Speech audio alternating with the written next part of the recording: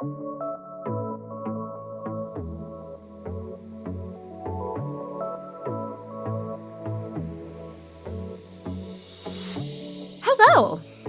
That's a weird. No, we have to keep that in. Hi, everyone. This is Amanda's hi is indicative of the mood that we're in given this topic. Welcome to Nuance Needed. Yeah, this is the Nuance Needed podcast. Yeah, welcome. Amanda, lead us in. Okay. I am just feeling super ranty today, which I texted you about, and we have pivoted actually to the conversation we were going to talk about today because there is a podcaster named Lauryn Bosstic, and it's about Lauryn, but it's really not. It is about this cultural, right? We talked about this a little bit with Joe on, the Trad Wives episode we just did. This move towards conservatism and really this like wellness to MAHA. To pronatalism. Pipeline. Yes. Oh, yes. That's the last one. And this will probably be a little bit of a disjointed episode. And we've been talking about bringing on someone who can go into the details more. But this will be just more high level thoughts about all of this. And I think what is so hard is that a lot of the issues that MAHA, for example, Make America Healthy Again, is pointing to are real problems. Like, we know that our food quality is not like the same as it is in Europe. We know that there are issues in terms of processed foods and people eating them and how it can cause issues for people. We know that our healthcare system is trash. Yes, our healthcare system is complete trash. We know that people are dying because they can't afford healthcare. Literally did you see that article about that 22-year-old kid that died because he couldn't get his asthma inhaler? It was too expensive. Yeah. Like microplastics, a huge concern. There are a lot of things. There are more chronic issues happening, and chronic diseases we know have gone up. People are struggling with fertility. We know that has gone up. It's a very complicated question also in terms of causation versus correlation. We know people are having children later. We are more aware of diseases than we did before, but we also know they're increasing. So I think it just really, this way into it of this podcast clip that Lauryn said on her, if you've heard of her podcast, it's like the His and Hers podcast, really just summed up in a nutshell all of the issues. So we're going to play it and then we'll talk about it. How long did it take you to conceive? This question is the question that I have gotten asked the most. I want to be gentle with this answer because this is, again, just my experience. It took me my first try to conceive. And that was the experience I had also with Zaza and Towns. I obviously know that there is a lot of people that have trouble conceiving. There's hurdles in the way of them getting pregnant. That has not been my experience. Again, this is a controversial answer. When I decided I was ready to have a baby and Michael and I were like, okay, let's do this for 3 times. I seriously meditated and thought about it in a way where I said, this is weird, but my womb is healthy. I'm ready to have a baby. I'm open to having a baby. And I told myself that over and over and over and over again. And I got my mindset really, really strong. I don't think that I would have gotten pregnant on the first try. I really don't. I think that that's a blockage in your mind and body connection. I really told myself I can get pregnant. My womb is healthy. I'm getting pregnant. I can't wait to be pregnant. This is happening for me. And to me, that is really, really powerful. I just think we need to start applying the inside voices, outside voices concept to our thoughts. Mm-hmm. That is not everything, not every idea you have, not every belief you have about your life, not every feeling, thought needs to be shared with the world, let alone shared to a massive audience that clearly looks up to you, clearly looks to you for guidance. Yeah. Why, I don't really quite know, because I think that's one of the most uneducated things I've ever heard come out of a woman's mouth. That there is a cruelty and a dismissal in that. And I don't care that she said she was being gentle, because she fucking knows that is not a gentle thing to say. That is one of the most toxic, dismissive, so gloriously, willfully ignorant things you could say to say like, well, I thought about it every time how I wanted to be pregnant and I got pregnant and we're just not being happy enough. And that is so wrapped up in toxic positivity, in the toxicity related to religion, in tying blessings to worthiness and blessings to righteousness, and it has to be love, and it can't be negative, and it can't be sad, and if it's bad it's not from God, and if it's good it's from God. And I just, when I heard that the first time after you texted me about it, because I had seen like a trickle of content about it in the fringe, but I didn't really dive into it very much. But then when you texted me, I was like, oh yeah, I have seen this. And I went and I looked at the actual clip and I wanted to throw my phone off my patio because I work with women who are struggling with infertility and have gone through hell and back to get their baby and or their babies. Yeah. And I don't care that it was easy for you. It is obvious that it was easy for you, if we're being perfectly frank, that every time you've gotten pregnant, boom, you've posted it. You have your babies, your babies are healthy. You have your next one. You have your next one. Like, clearly something was working. I don't need your opinion on this. If you have gotten pregnant with ease, without effort, if you have had minimal to no medical complications, you are one of the luckiest people in the world. And to be quite frank, you don't have any ground to stand on to be giving people who are wrestling and struggling with fertility advice or insight. The best thing that you could do is to offer empathy, a listening ear, and some support when they ask for it. And that's it. And I'm disgusted with her. I am disgusted with anybody who thinks there is truth to this.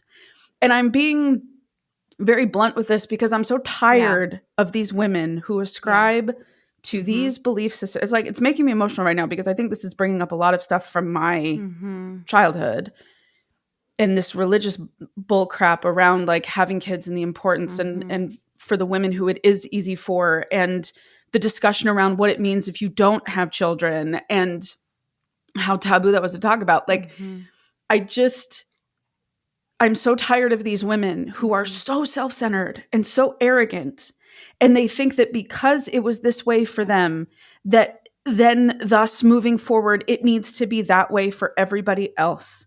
It feels so simple to me to just be nice, to just be kind, to just be open to the fact that you are one minuscule, minute atom of a cog in this world. And there are millions upon millions of ways to be and millions upon millions of ways to experience life.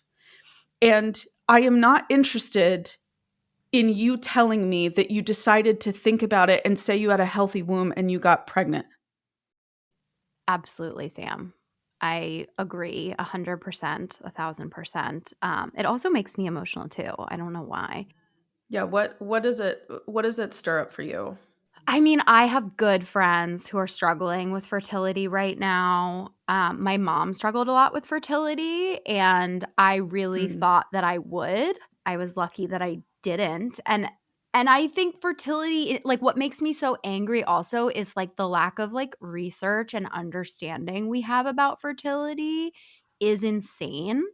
And it is so hard when you're like trying to decide if you want to even have a child. You have to make this decision before you even know if it's physically possible for you to have a child, is something that I like still can't get over. Like, it's an insane question.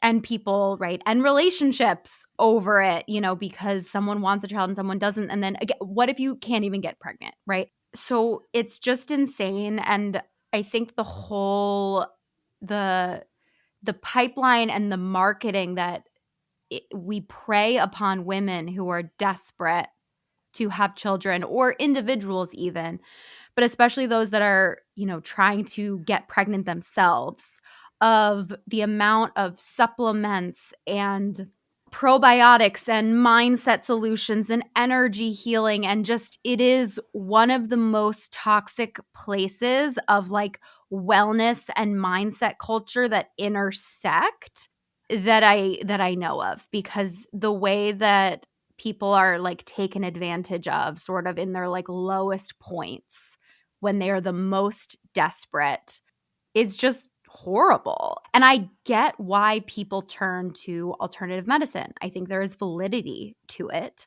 As someone who has been trying to find answers to this like chronic pain I've had for over 2 years since I've given birth, I have tried everything. Right. I have been to multiple PTs, a pelvic floor PT, multiple massage therapists. I've done acupuncture. I've done dry needling. I've changed the way I sleep. I've bought a new pillow. I've added more protein to my diet. I've drank more water. I finally healed my insomnia. Like, I've done so many things. And I get, like, I literally today was like, maybe I should buy a Pilates reformer and spend $2,000 on a Pilates reformer. Like, I have every PT. Whenever I go to PT, they're like, oh, Yeah. do you have a band? Do you have a ball? Do you have the? I'm like, I have everything. Literally, I have every weight possible from like 1 pound all the way to 20 pounds, like a 1, a 2, a 3, a 4. Like, I have every weight, every band, every color, everything. And if I don't have it, I'll buy it because I am so desperate. So I can't even imagine the desperation of your life being on pause, essentially, when you're trying to have a child, of not knowing if it will ever happen to you, of the money that people spend, of the stress, of the guilt, right? At least I don't I don't have guilt that I really caused my pain and stuff, but it is so personal and awful. And yeah, it's just, I think one of the worst types. I mean, I don't like to compare suffering, but I think it is an incredibly painful, lonely, isolating experience that is very common. I'm so glad people are talking about it more.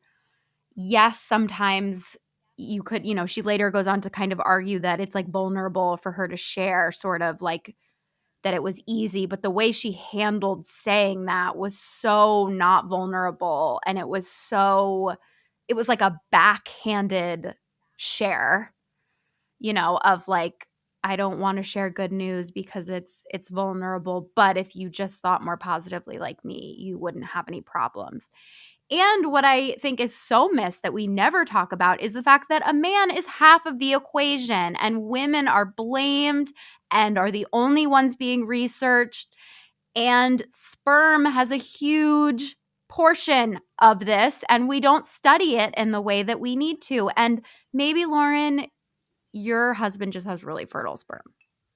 I agree with you when you talk about like the holistic approaches. I think there's a balance to anything. And it's fine to say there's maybe some things I want to try over here before I get to this, right? Like that's or doing both. Exactly. Like, that's what I think. Exactly. A lot of people are so desperate. They're like, of course I'll just drink whole milk. Yeah. I may as well try. Might as well it's go for it. No skin off my back, for example. Right. Yeah. And there's like I was saying, there's a balance to anything. And if it works for you, great. If it doesn't work for you, great. This is also a larger discussion around bodily autonomy, right? Like you getting to decide what you do or don't do to your body, what you put your body through and what you don't. That is why fertility and childbearing and birth are such uniquely personal decisions, because my situation is not yours, yours is not mine, and vice versa for any woman in the world. What I think while I was listening to you talk, what was particularly frustrating to me about this is the corruption of mindset work. And what I want to tell people right now is when I work with my clients on mindset, when I share content about mindset, none of that is about saying your mindset is the thing that is going to change the outcome. Your mindset is the gas that gives you the energy you need to get through the marathon of whatever it is that you're going through. Oh, I love that metaphor. Your mindset work is the thing that allows you to survive the experience. It is not the thing that dictates the outcome. That is what pisses me off about these idiots. And I'm sorry, she's not an intelligent person. If you are out there spouting this type of stuff, that because it was easy for you, that means if it's difficult for others, you're just not thinking that your womb is a healthy place. It's absurd. It's absurd. And it's so, and I've been heartened to see how many women have pushed back. Yeah. And I think I'm all for, you get to share your most absurd, ridiculous opinions on the internet, but you also then open yourself up to feedback when those opinions are heinous. And you're absolutely right. There's a conversation to be had of a woman saying, maybe even acknowledging, like, I have felt guilty with my friends that it was so easy for me and it's difficult and I can't even imagine the process. And then like highlighting the experiences of maybe people who went through the trenches and survived, right? Well, I don't even think she said she felt guilty though either. Well, right. Like I think it was just like, I'm scared to share this. This is vulnerable. But just like, you're not a victim. Shut up. You're not a victim. You have 3 healthy, beautiful babies. You're not a victim. You didn't have to open your mouth at all because I looked at your profile. You have shared freely about your children. You have shared freely about your pregnancies. Stop. This is not about you. And just the arrogance of feeling that you have to center yourself in something that has nothing to do with you. The privilege is just like, ugh. And if someone is listening to this and you feel like sometimes you've struggled to visualize like the concept of like privilege and oppression, this is the example of that. This is someone with insane levels of privilege spitting on everybody else and telling everybody else how to live. And I guess going back to something I said earlier, which is if you had a healthy pregnancy, I don't want to hear from you. I just want to make sure I drive home. It's not that your experience doesn't matter. It's that your voice is now the quietest when it comes to the infertility community. Yes. If you got pregnant when you wanted to, little to no intervention, normal ultrasounds, normal appointments, standard deliveries, you're in the back. And that's okay. That's not bad. You're in the back because you're incredibly lucky. Yeah. And that's okay. And you can share your story, like you said, like if she would have just talked about her pregnancy and what she did and this just happened to work for me, whatever. But that episode was an infertility episode. Your mindset has nothing to do with predictive outcomes. Nothing at all. And I really want to drive that home. Like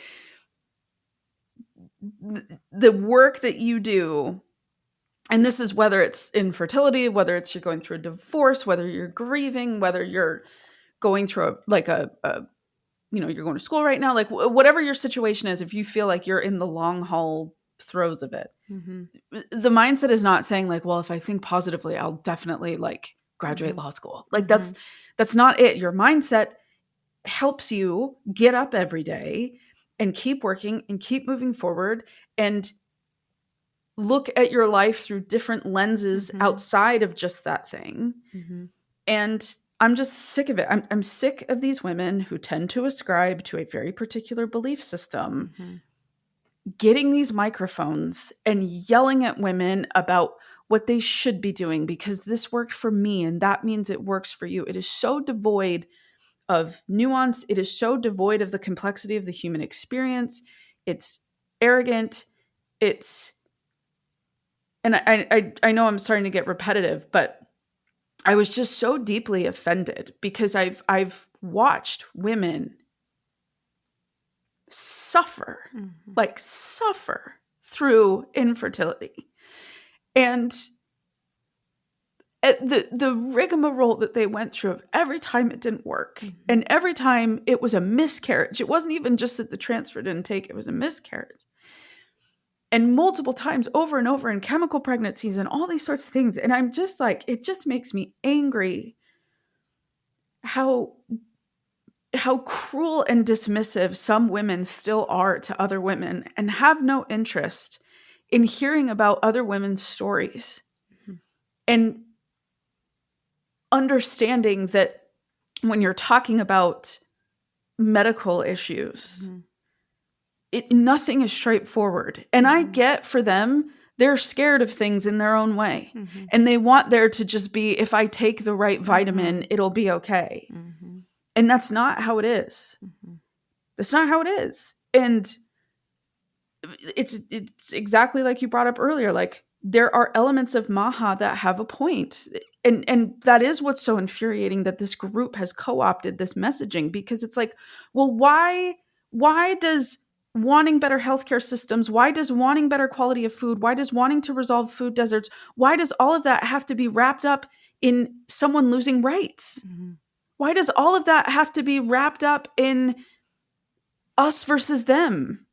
Like, that, why does that have to be a zero-sum game? Like, I don't understand why it has to be like wrapped up in a flag of patriotism hung on the cross. Like, I'm so confused by it. And I'm so frustrated, and I'm so angry at how these women just get to run around breaking things and causing so much harm. And they still have these platforms, and they still make millions of dollars. Mm-hmm. And it makes me sick. And I defer back to you because I'm getting too angry, but I care so much. But I think and that's right. It's not just like, that is the problem, is like, we're taking fluoride out of the water rather than like, rather than other things. We're taking away women's rights, rather than researching fertility. Like, that's what's so, and I'm like, I'm watching The Handmaid's Tale now, which is just like so wild to see all of it. It's just so clear. It's just so infuriating, because it's like, we're so close to agreeing, and then it's just like left turn. Like, we're so close to talking about, right, there are issues with infertility on the rise, and instead of being like, yes, we need more research and more funding, right, Mm-hmm. it's like, let's all drink raw milk and ban these other things. Like, let's take away regulations, when if you look at Europe, what they have is more regulations, not less. They are swimming in regulatory boards and high bars to get things into the public. Mm-hmm. And we're not experts in MAHA. No. Like, we will bring someone on to get into all the details of it. But yeah, it's just this is my problem with manifesting, is a lot of times this is what manifesting is now. It's like, I manifested having a healthy pregnancy because I chanted, I have a healthy womb right before I gave birth. Or I have a lot of clients who like are very, very scared about if they struggle with depression or anxiety during their pregnancy. They're terrified that, their child is going to be messed up, and they feel guilty. And then it's not just the depression or the anxiety they're struggling with. They're like, they have anxiety about their anxiety. They have guilt about their anxiety. There's so many levels to it. And it drives me insane, because it is like all on women. It is like, Yeah. It is, men are absent from this conversation. Yeah, and it's like, it's all, there's still so much blame on women if you have a miscarriage, or if you don't have a healthy baby, like, there's just, it's just wild, when again, it's one part of the equation. And it's what really triggers me about, I don't know if you've seen people, it hasn't come up as recently, but there was a person online or a year ago or something, or a quote that used to float around a lot, that was like, every cell of your body hears everything you think. I don't know if you've seen that quote. And that like drives me insane, because it's just like, oh my God, like, there's already so much anxiety about not having great mental health. And then to put that on people, and so many of us have intrusive thoughts, and it's not our fault. A thought is just a thought. And I spent so much of my life hating myself for what I thought, because I thought I was a terrible person. I thought I was my thoughts. And like, stuff like that really drives people insane. It might be a great time for you to seek therapy. If so, I'd love to share with you about my practice, Therapy for Women Center. We are located in the Philadelphia area, and we also have therapists licensed in 42 states across the country. If you're interested, check out our website, therapyforwomencenter.com.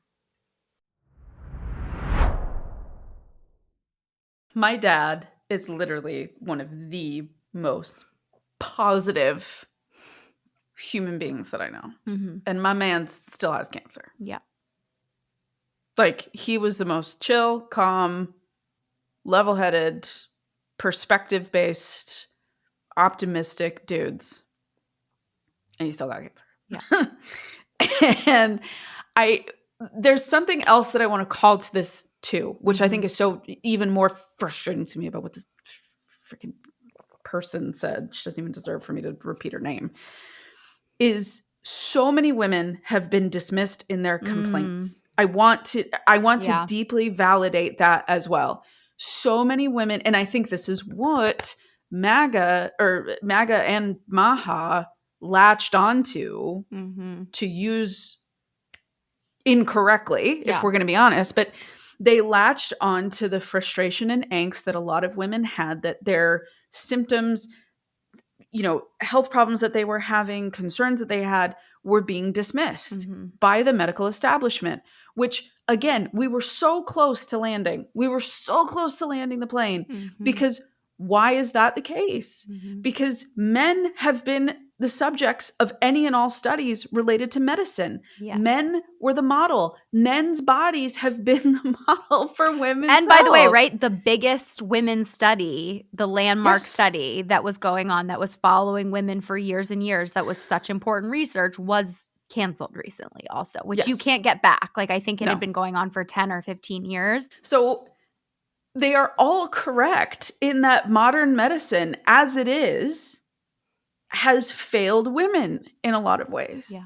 But now, instead of saying, okay, that's something in the industry and the profession and in science that needs to be addressed, they're like, well, that means the system as a whole is debunked and women in 1790 didn't have the same problems. And it's like, well, yeah, because they all died at 14. Exactly. My God. Can we also talk about like how many children died? How many women died during like the people who talk about how birth is natural? Like, that is my like insanity because of what I went through. Like, I can't. I can't. Like, it's the most dangerous thing a woman can go through. It is not a health neutral event. Most women are permanently changed, not to scare anyone from getting pregnant, but it is not a health neutral event. It is not just natural. Literally, I read a book, highly recommend everyone read it. It's called Eve, how women's bodies drove 200 million years of evolution. I keep trying to force Sam to read it.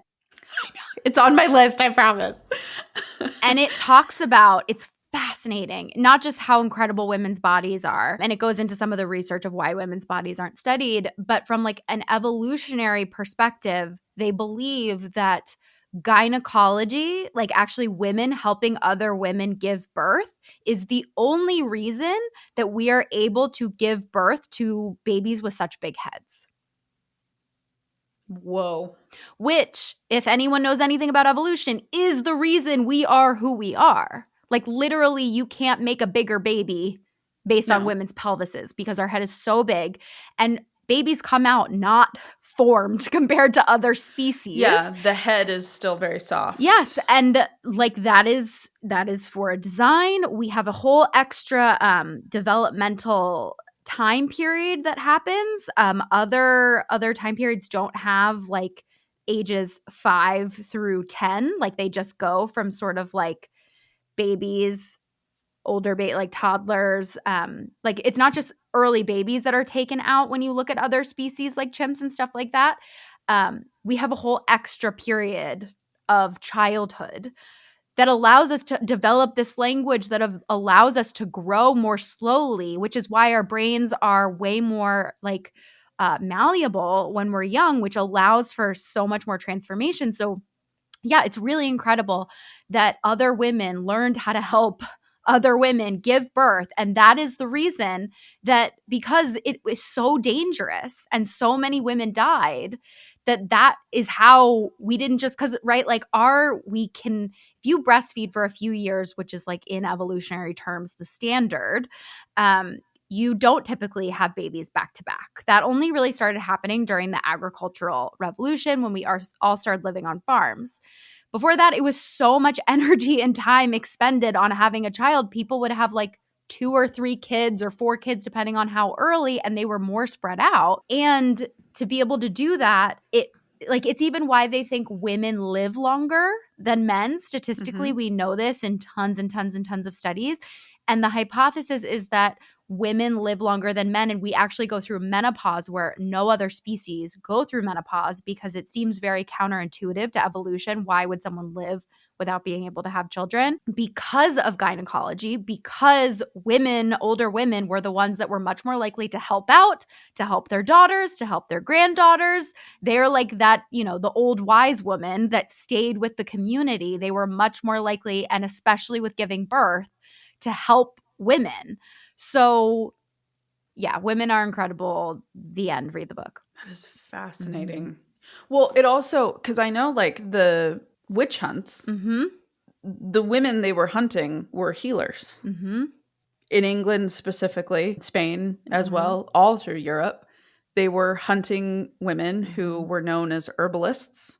They were skilled midwives more often than not. Yep. And men started spreading rumors about them because they noticed that women were becoming more powerful in their communities and they were more trusted. And following, in England specifically, following it was in the 1600s, they had like all these periods of witch hunting. And after that is when medicine became a men's only science. That's what I was going to say, because in school, I took a class called The History of American Medicine, and it was all about how gynecology changed from midwives to doctors, and how they banned women from being able to be doctors because of power and because they didn't want women in power. But a lot of these men doctors didn't know what they were doing because they weren't experienced compared to the midwives who had been passed down for generations. I'm just furious, and this is just like generational female rage, I think, at this point, but how many women are still so bought into our oppression, right? Like they are still they buy into the systems that still cause us harm. And it's like this wellness pipeline has nothing to do with you getting answers to how to cope with menopause in a healthy way, how to mitigate those symptoms, how to actually deal with infertility, how to maybe make IVF a better process, how to deal with men's infertility and men's reproductive health. We're not having any of those conversations. Instead, Russ Vought, who authored Project 2025, is a patriarchal, misogynistic piece of shit that just wants to privatize everything because he has a bunch of VC investor buddy friends who would love to turn all of this into a privileged, multiple commas in your bank account required experience to have a family. The fact that any of these people would be against IVF in general blows my mind. Well, if you believe that, conception happens or life happens at conception, it makes IVF very difficult. But I agree. I think that's the problem, is that if you go far enough up, men know that, but then they tell women that it's fine. We're going to, of course we support IVF. But then if you actually look at the documents and you look at what's actually going on, they don't. It's not possible. It's contraindicative. It's like when people say that people are lying about, there's always exceptions for the life of the mother, or, they're not going to stop you from getting care if you have a miscarriage. It's just not true. Right. The treatment for abortion is a medical procedure. It's not, regardless, it is, a D&C is not just for if someone wants to get an abortion. It's also a medical procedure that happens if your body doesn't naturally get rid of what's going on. If you have an ectopic pregnancy, if you have all of these other things, and it just, that's my anger of just and it's sad because I do believe some people are being tricked. I truly believe people are being told, don't worry about this. There will always be exceptions for miscarriage. There will always be exceptions for the life of the mother. And it's just like, sure, but on paper, looking at how medicine is, you have to look at incentives. You have to look at how people are going to react in especially a high risk scenario. And if doctors are afraid of being sued, they don't wait long enough. Why would you ever on God's earth want your doctor to be incentivized to not save your life? Why? Why would you ever want to incentivize your doctor to be scared of saving your life quickly? Well, I was not planning on talking about abortion today. But it's connected to fertility. It's all connected. Yeah. It's all of this. And I think that is what like sent you and I both into a rage spiral over this woman's comment, because it is a dog whistle for all of these things. Yeah. It is a dog whistle about moralizing pregnancy. Yeah. Moralizing women's health. Moralizing infertility. Mm-hmm. The second you start applying that type of mindset to this, you are screwed. Mm-hmm. Because it's not that. Yeah. It's nothing to do with good or bad or right or wrong. It is neutral science. Yep, it is neutral fact. It's the same thing how when I was a kid and I was going to church regularly, you would hear about couples say like, oh, we're going to let the Lord tell us how many kids to have, right? I.e., we're not using any birth control. We're not stopping it. Yeah. And I'm like, even at like 14, I was like, well, it has nothing to do with God. That's just like when you have sex at the right time, you conceive. Yeah. That has nothing to do with the Lord. That is just, or the universe. Yeah. That is just like A plus B equals C. Yeah. And yet like her saying like, well, you just have to be positive. And I thought about it and blah, blah, blah. And it's like the absurdity of her trying to relate this to one, making herself a victim by saying like, I'm fearful that I can't talk about my good experience. Nobody has said that. Mm-hmm. It's that you are now weaponizing your good experience to say that if someone's having a not good experience, it's their fault. When in fact, they are trying to get pregnant and or having a baby in a system that is quite literally designed right now for them to fail. Mm-hmm.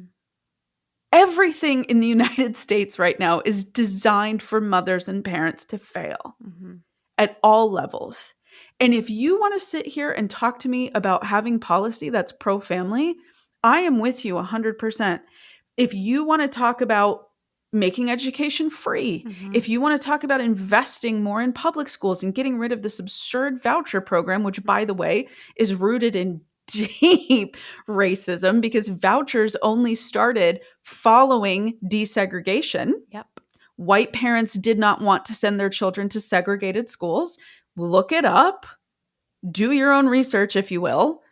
That literally is where private school vouchers came from. Segregated states started taking money from public schools that were now going to integrate Black students and gave it to white families so that they could pay for public schools that would remain segregated. Yep. That is like the depth of this. And I think this is what it's like you said, so many people don't understand because they've never been given access to this information. They're just told it's fine. And in a lot of ways, many of these things technically don't impact them. And so they don't have to think about it. And I think this person is exactly like that. She has been able to be wrapped up in a world of simplicity and opportunity. She's the one that made the really famous ice rollers that have like aluminum on them. I'm sure you've seen those. So I mean, it wouldn't shock me if she comes out with like a deck of mindset cards to, help yourself get pregnant. And people will buy them. I know.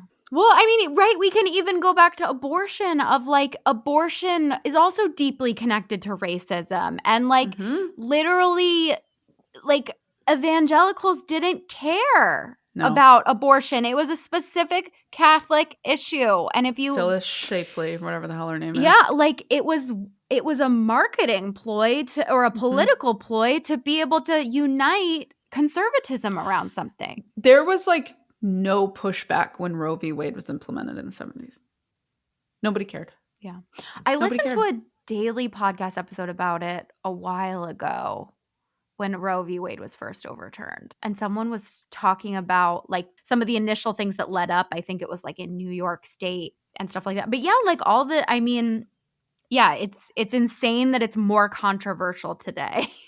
There's one person that I think deserves the most tremendous level of negativity in the afterlife. However you want to interpret that. Phyllis Schlafly. Mm-hmm. She is the one that killed the Equal Rights Amendment being passed because she believed that feminism harms women because it took them out of the home. I mean, it sounds just like every other statement. Yep. Like that would have been radical a while ago, but it doesn't seem radical anymore because people say it all the time. She was like championed by the Reagan administration. Mm-hmm. And anything bad that we are going through now can be directly tied to 8 years of the Reagan presidency. But I have a PowerPoint prepared for that if anybody's interested. And I can break it down for you. I just yell that at my dad all the time. Mm-hmm. For anybody who is listening to this, and if you are pregnant, if you are thinking of getting pregnant, if you are going through infertility right now or working on, maybe freezing your eggs and going through that process or considering families in general, I just cannot stress enough that being positive has nothing to do with the decision. Mm-hmm. To make a decision that is wholly for you. And I have a client that I'm working with this on. She's at times really wanted children, but she's deeply anxious about it, understandably so. And we are leaning into the tough questions to make sure, like, am I making this decision because it's what I want, or am I making this decision because I'm anxious? Yeah. Right? Yeah. Am I choosing to not have kids because I'm too anxious? Yeah. Or in the reverse, for some people, I'm choosing to have kids because I'm anxious about it's what I'm supposed to do, right? Yeah. These conversations are so nuanced and they're so personalized to your life and your situation and what is best for you and what you feel you are able to take on. It has nothing to do with meditating about the health of your womb. Well, this is the other thing, can I just say, about like mindset manifesting work, is it's so ambiguous. Like it's really smart in that no one can ever be pinned down. Right. Yeah, nobody can ever be blamed for anything. Yes. It's like, well, that didn't work because you weren't positive enough. Or maybe you said it out loud, but you didn't fully mean it when you said it out. Like it is so sneaky with how, because it's like a mental process, it can't be pinned down, that it makes it so manipulative. It's so manipulative. And I think, again, mindset does matter, but it's not the only element in the recipe. Like, there are so many factors at play. And this is why, like, choice across the board matters. Yep. Choice matters. It shouldn't even be up to a doctor, essentially. It should be up to you. If you want to go into an ER with an ectopic pregnancy, there should be no discussion. I'm so done. I'm so done. Like, seriously, this is how I felt about like people in the ER. Yeah. Like people would come in and then they would get pissed at us because we actually did something. And it's like, then stay home. Yeah. Don't come. If you don't like modern medicine, this is survival of the fittest. Godspeed. Yeah. Like, how can you believe in an all-powerful being, right? That you tell me loves me, knows me intimately, and knows my name, right? So if you believe that about you and me, you must believe that about anybody who's ever lived, right? Beautiful, great, wonderful. So how could God inspire these scientists, these women and men who had these very specific talents and gifts to move forward medicine and science over the last 100 years, develop vaccines, develop better procedures and tools and medicine and all these sorts of things? How can you believe that God created them and their gifts, and then you're over here saying, but no. Well, aren't they just like the devil? They're against science now. God gave us plants. No, God gave people whatever they want, and people fit the narrative for whatever works best for them, and that's the problem. Sometimes I just like lay down and I listen to I Hate It Here by Taylor Swift. Yep. because it sucks. We're in a very, very dark time. And if you're angry, you're not alone. Mm-hmm. There's a lot to be angry about as women.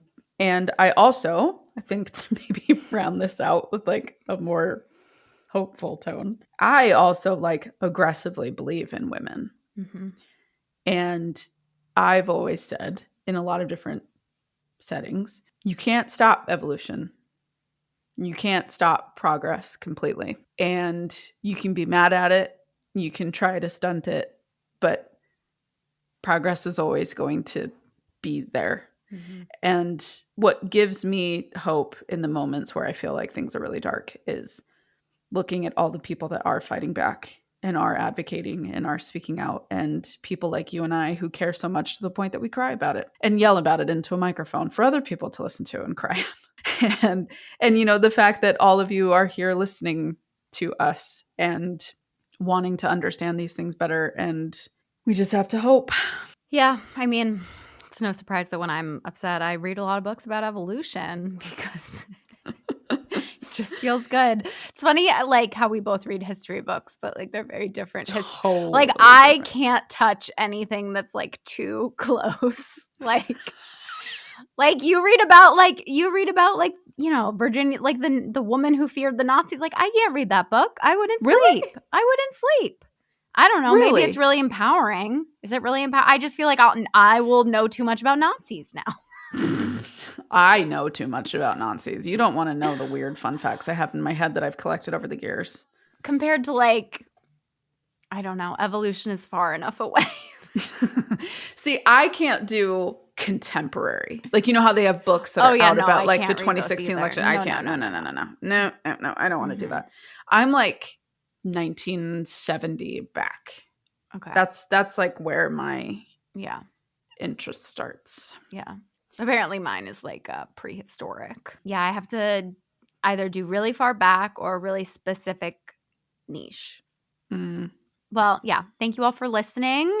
As always, your support means so much, especially right now as we're trying to get our listenership up so that we can eventually be compensated to do this. And we're making a lot of progress. Yeah. We're really happy with where we're at. But the bar now, it's very high. To get to where we want to be is very high. So we're on our way. And you being here makes all the difference in the world. And we're humbled every day that you guys listen to us. So grateful. And anything that you can do to rate, review, share, subscribe helps us out. Share on social media. That makes a huge difference. We'd love to see what you think too. We'd love to connect with you all more. We love when you tag us in your stories, share your opinions and your thoughts. We really appreciate them. All right, everyone. We will see you next time. Bye.